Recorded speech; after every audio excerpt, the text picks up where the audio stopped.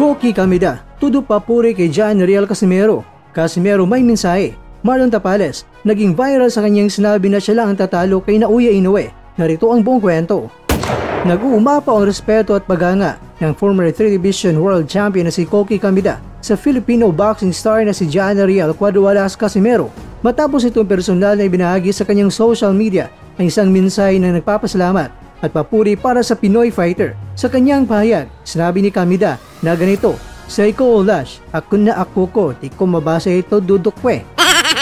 Nasasalin ay nangangulugang ang kontratang boksingero ng Saiko Olash.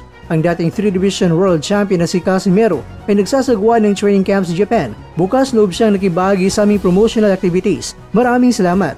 Ang mensaheng ito ay nagbigay ng positibo sa mga boxing fans sa Japan at sa Pilipinas, lalo na napapalapit na ang mainit na sagupaan ni John Riel Casimero at ni Kyonosuke Kamida na nakataktang ganapin sa October 25 sa Kyrgyzstan.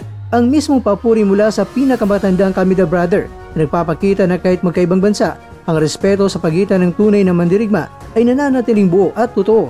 Ayon pa sa mga ulat, si Casimero ay nagsagawa ng matinding training camp sa Japan bilang bahagi ng kanyang paghahanda sa laban niyan kontra kay Kyonosuke Kamida. Hindi lamang siya nag-ensayo roon, kundi aktibong nakilahok din sa mga